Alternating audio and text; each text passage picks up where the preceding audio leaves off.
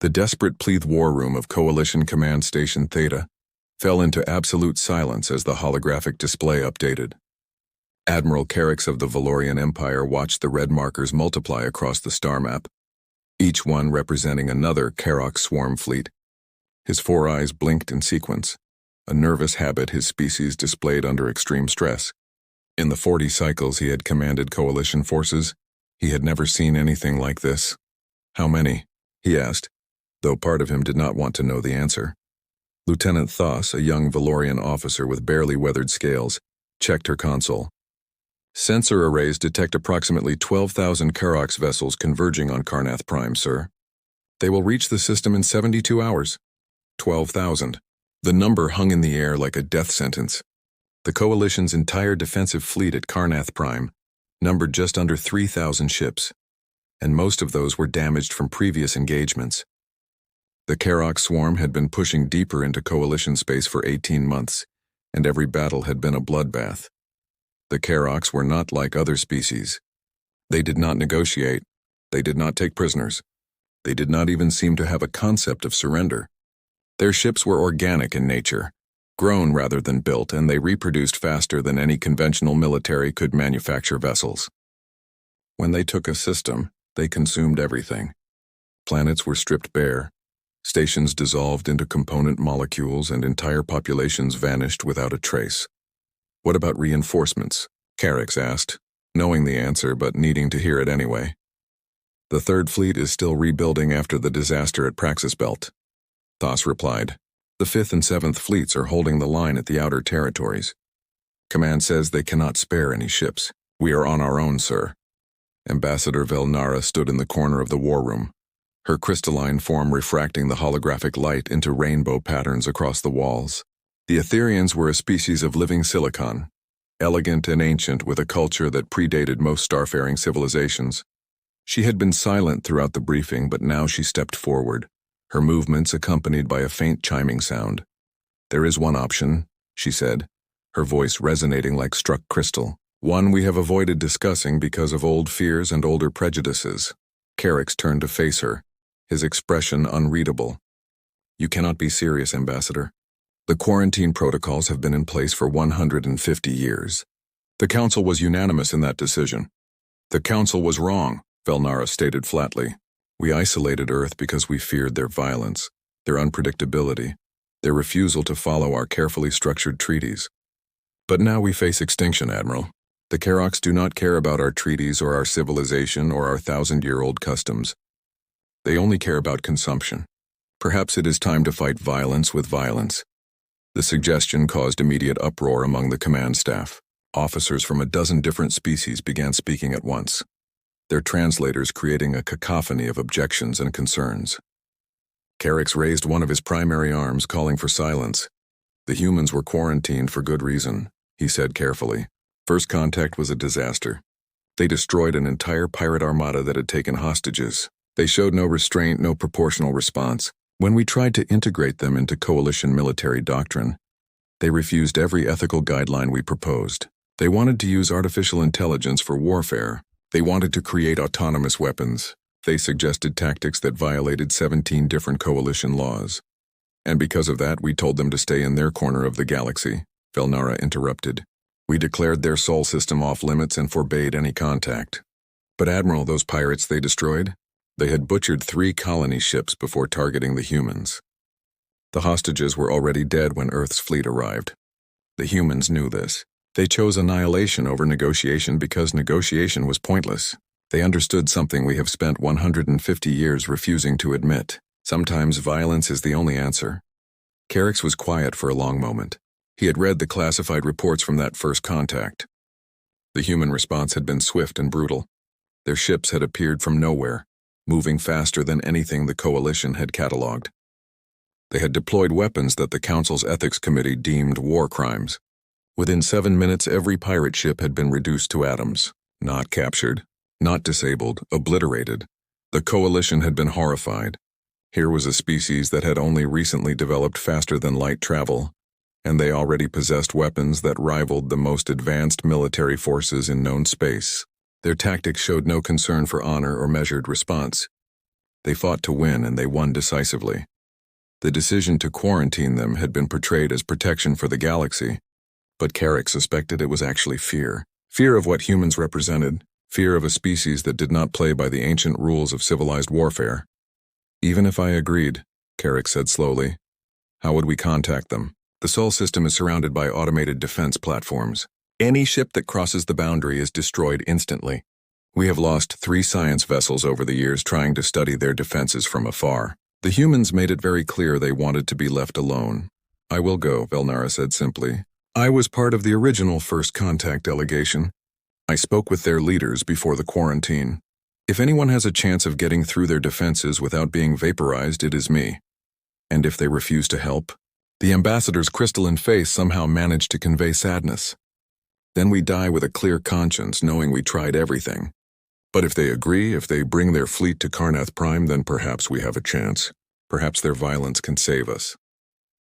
3 days later, Velnara found herself aboard a small, unarmed diplomatic shuttle approaching the boundary of human space.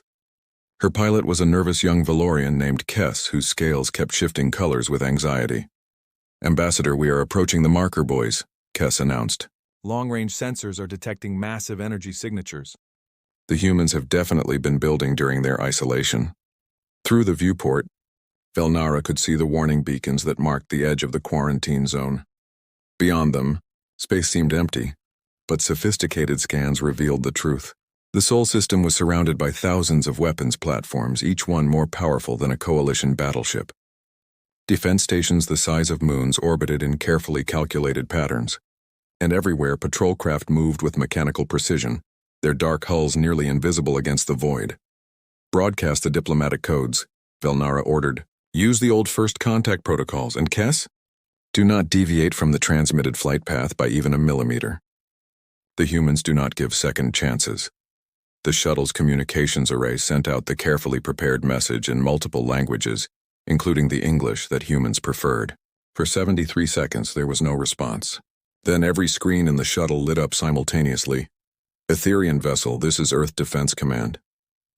The voice was flat, emotionless, processed through layers of security protocols. You are approaching restricted space. State your purpose. Velnara activated her own communicator, her crystalline voice carrying centuries of diplomatic training. This is Ambassador Velnara of the Interstellar Coalition. I request permission to speak with Earth's military command regarding a matter of galactic security. The Coalition requires assistance. Another pause. She could imagine the humans on the other end, debating whether to destroy her ship or hear her out. The seconds stretched into minutes. Proceed to transmitted coordinates, the voice finally responded. You will be escorted. Any deviation from the flight path will result in immediate termination. Any weapons activation will result in immediate termination. Any unauthorized communications will result in immediate termination. Do you understand, Ambassador? Perfectly, Velnara replied. The escort appeared within moments. 6 ships, each no larger than a standard coalition fighter, but moving with unnatural grace.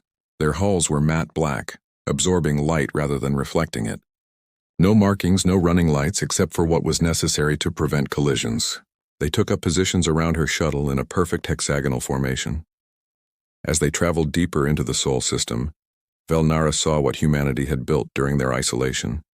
Mars was now covered in massive industrial complexes, their lights visible even from space. The asteroid belt had been transformed into a vast network of mining operations and shipyards.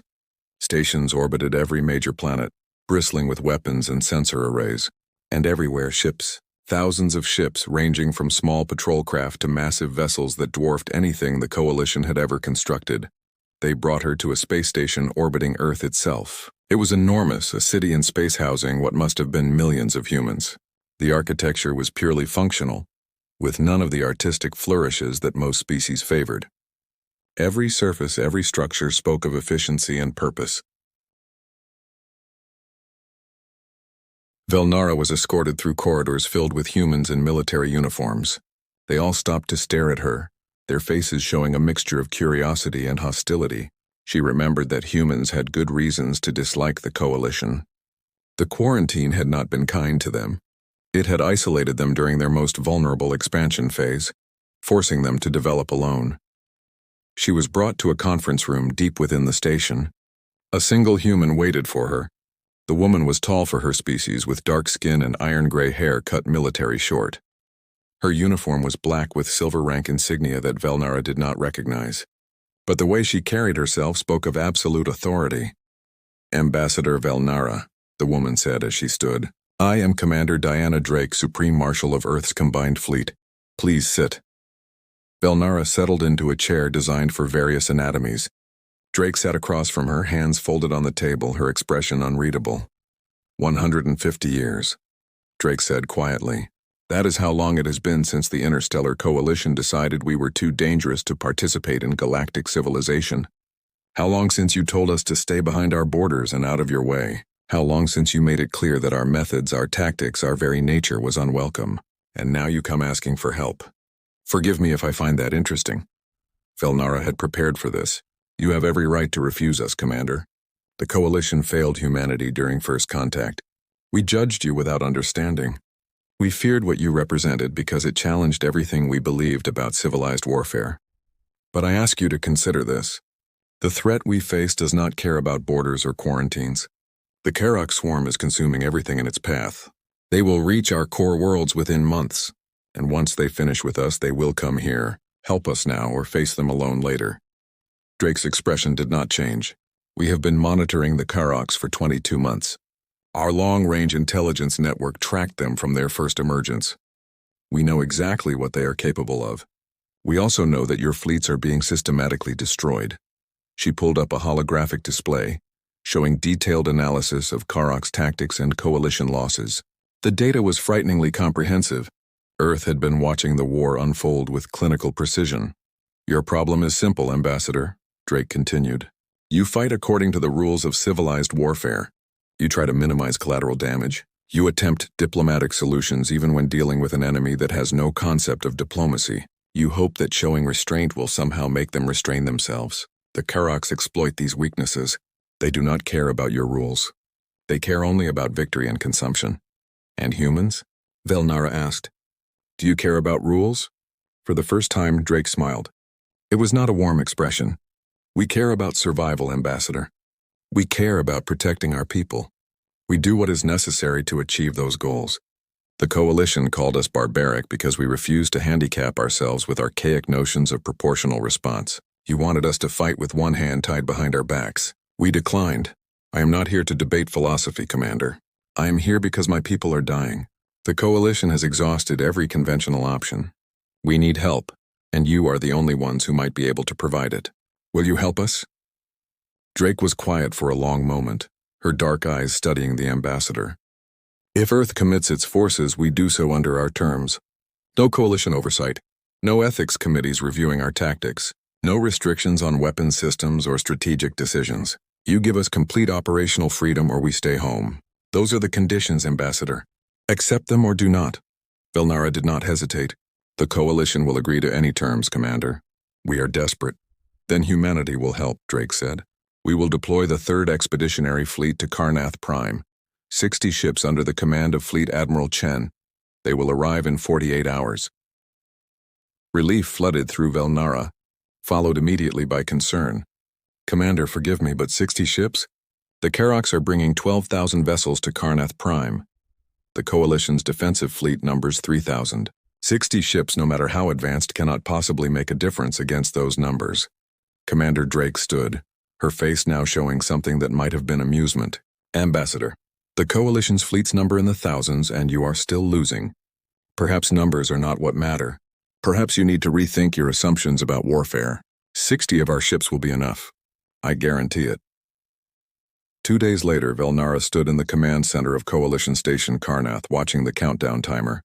Around her, officers from dozens of species monitored their stations with barely controlled panic. The Karok's fleet would arrive in less than 6 hours.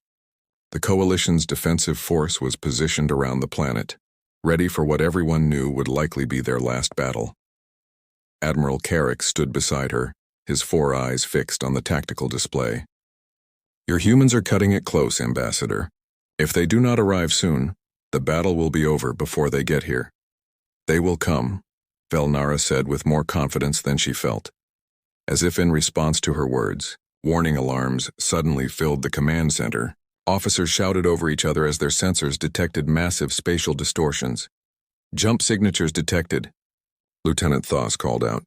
Multiple vessels emerging from hyperspace at Vector 773.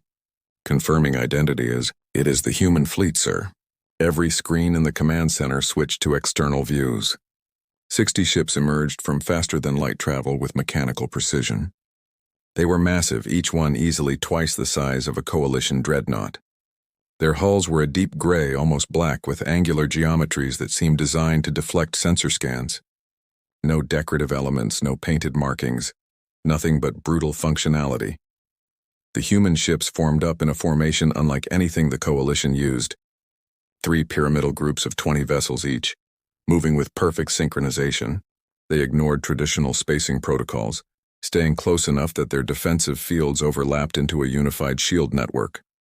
A communication signal came through, audio only. The voice was crisp, professional, with an undertone of absolute confidence. "Coalition Command, this is Fleet Admiral Chen of Earth's 3rd Expeditionary Fleet. We have arrived as promised. Transmitting tactical data now. Do not interfere with our operations. Chen out." Before anyone could respond, the human ships began moving toward the edge of the system, positioning themselves between Karnath Prime and the approaching Karok swarm. The coalition fleet, vastly larger in number, suddenly seemed small and fragile in comparison. Admiral Carrick studied the human formation with professional interest. They are positioning themselves to take the first impact. Either they are incredibly brave or incredibly foolish, or incredibly deadly, Velnara whispered, remembering the old reports from first contact. "Admiral, I suggest we move the coalition fleet to support positions. Something tells me we are about to witness something unprecedented." 4 hours later, the Karok swarm arrived. When thunder speaks, the sensors detected them first. 12,000 individual signatures, each one a living ship born from the collective hive mind of the Karoks. They emerged from hyperspace like a plague of locusts, their organic hulls pulsing with bioluminescent patterns that served as communication between vessels. The swarm moved as a single entity, flowing through space like a vast tide of destruction. On Coalition Station Karnath, officers watched the tactical displays with mounting horror. The sheer scale of the enemy fleet was overwhelming. The Karok ships ranged from small fighters to massive bioships larger than any artificial construct. They did not fly in formation like conventional fleets. Instead, they swarmed, thousands of individual vessels moving in seemingly chaotic patterns that somehow maintained perfect coordination. Admiral Carrick had fought the Karoks before. He knew what came next. The swarm would wash over the defensive fleet like a wave, accepting horrific casualties while inflicting even worse damage through sheer numbers. Coalition doctrine called for concentrated fire and tactical retreats, trying to whittle down the enemy over hours of combat. It never worked. The Karoks could absorb losses that would shatter any normal fleet and keep attacking, but today would be different, because today humanity had come to war. The 60 Earth ships held position at the edge of the system, their formation unchanged despite the approaching tide of enemies. They looked absurdly small compared to the Karok swarm, like a handful of stones trying to stop an ocean. "Human fleet, this is Admiral Carrick's." The coalition commander opened a direct channel to the Earth forces. "You are dangerously outnumbered. Recommend you pull back to 2nd Defensive Line and coordinate with coalition forces for combined operations." Fleet Admiral Chen's response came immediately. "Negative, Coalition Command. Maintain your current positions. We will handle the enemy fleet." "Chen out. Handle them?" Carrick exchanged glances with Velnara. "Handle 12,000 ships with 60? The humans had to be insane." The Karok swarm detected the human fleet and responded as expected. Approximately 3,000 ships peeled off from the main formation, moving to overwhelm this small group of defenders. It was their standard tactic. Isolate, surround, consume. It had worked against every coalition fleet they had faced. On Earthship Thunderhead, Fleet Admiral Jessica Chen sat in her command chair, watching the tactical displays with calm satisfaction. Around her, the bridge crew worked with mechanical efficiency, each officer focused on their assigned tasks. The ship's artificial intelligence, designated ARIS, processed millions of data points per second, coordinating the entire fleet's movements and weapon systems. ARIS, Status report, Chen ordered. All systems optimal, Admiral. The AI's voice was smooth and genderless. Enemy forces approaching at high velocity. Estimated time to weapons range, 4 minutes, 17 seconds. Kinetic barriers are charged. Mass driver arrays are loaded. Missile batteries are armed. Directed energy weapons are ready. All ships reporting full combat readiness, Chen nodded. Around her, holographic displays showed the positions of all 60 Earth ships. They were arranged in what the Coalition would consider a suicide formation. Tight clusters that conventional doctrine said were vulnerable to area effect weapons. But Coalition doctrine had not anticipated human technology. Signal to all ships, Chen commanded. Stand by for Cascade Protocol. Fire on my mark. Throughout the fleet, weapon systems that had been banned by galactic law for centuries powered up. Humanity had spent 150 years in isolation, and they had not been idle. Every weapon the Coalition had deemed too cruel, too dangerous, too devastating for civilized warfare had been studied, improved, and integrated into Earth's military doctrine. Because humans understood something the Coalition did not. In war, the goal was victory, not fairness. The Karox Vanguard closed to weapons range. 3,000 bioships, each one a living weapon, began unleashing their arsenal. Energy beams lanced through space. Organic missiles that actively sought their targets spiraled toward the human fleet. Spore clouds that could eat through metal like acid spread through the void. It was an attack that would have shattered a Coalition battle group. The humans responded with something the galaxy had not seen in 1,000 years. They responded with total warfare. Execute Cascade Protocol, Admiral Chen said calmly. All weapons free. The Earth fleet opened fire. 60 ships unleashed destruction on a scale that defied comprehension. Mass driver arrays, magnetic accelerators that could propel projectiles at a significant fraction of light speed, sent streams of tungsten penetrators into the Karox formation. Each round carried the kinetic energy of a small nuclear weapon. They did not explode. They did not need to.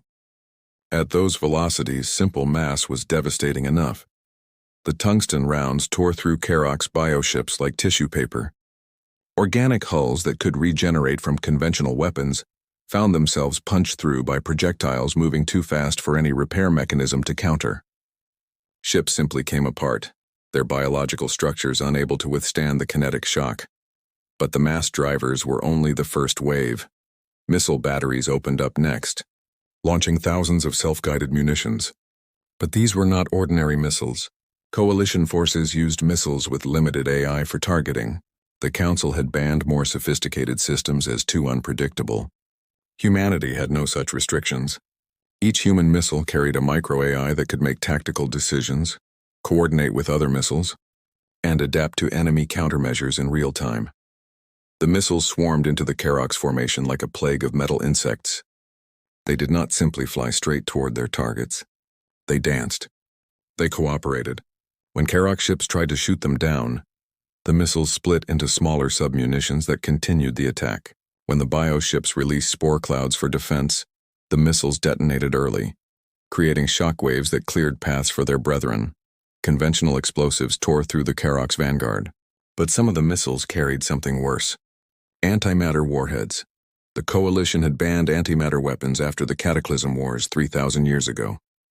The destructive power was deemed too great, the risk of accidents too high. Humanity had looked at those same bans and asked a simple question. Why handicap ourselves? When the antimatter missiles detonated, they created miniature suns in the void. Matter met antimatter, and the resulting annihilation released energy that could vaporize anything within a kilometer radius. Karox bioships, organic constructs that had evolved to resist energy weapons and repair battle damage, simply ceased to exist. No wreckage, no debris, just expanding spheres of radiation that consumed everything they touched. The directed energy weapons came next. Coalition forces used laser arrays and particle beams, efficient but limited by power generation. The humans had solved that problem with fusion generators that could power weapon systems strong enough to cut battle stations in half. Focused beams of coherent light, each one carrying more energy than a Coalition ship's entire power plant could generate, sliced through the Karox formation. In the command center of Coalition Station Karnath, every officer stood frozen, watching the battle unfold with absolute disbelief. The tactical displays showed the Karox Vanguard, 3,000 ships being systematically annihilated. The combat had lasted less than 4 minutes. How? Admiral Carrix whispered. How is this possible? Velnara watched the data streams, her crystalline mind processing the information with growing horror and awe. They are not fighting like a coalition fleet, Admiral. They are fighting like a predator. No mercy, no restraint, pure calculated destruction. The main Karok swarm, seeing their vanguard obliterated, did what they always did when confronted with resistance. They committed everything. All 12,000 remaining ships surged forward in a massive wave, determined to overwhelm the human fleet through sheer numbers. It was a tactic that had worked against every enemy they had faced. It would not work today. Ares analysis, Admiral Chen requested. Enemy fleet committing to full assault. Probability of saturation attack, 99.7%. Recommended response Cascade Protocol Phase 2. Approved. Execute. The human fleet's formation suddenly changed. The tight clusters broke apart, ships accelerating in different directions with perfect coordination. They were not retreating. They were spreading out, creating overlapping fields of fire that would force the Karoks to fly through multiple kill zones. But more importantly, they were activating weapon systems that even the Coalition had never imagined.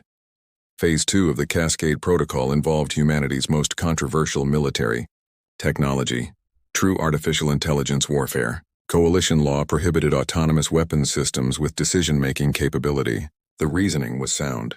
Give weapons the ability to choose targets and you risked scenarios where AI could turn against organic life. Better to keep sentient beings in control of warfighting decisions. Humanity had come to a different conclusion. In modern warfare, with ships moving at relativistic speeds and battles decided in microseconds, organic reaction time was a fatal weakness. So Earth had developed combat AIs that could make tactical decisions faster than any biological mind. Not to replace human commanders, but to augment them. To handle the small-scale tactical decisions while humans focused on strategy. From each of the 60 Earth ships, swarms of autonomous drones launched. Thousands of small craft, each one controlled by a fragment of Ares' consciousness, spread through the battle space. They were too small to carry heavy weapons, but they did not need to. Their purpose was target designation and tactical coordination.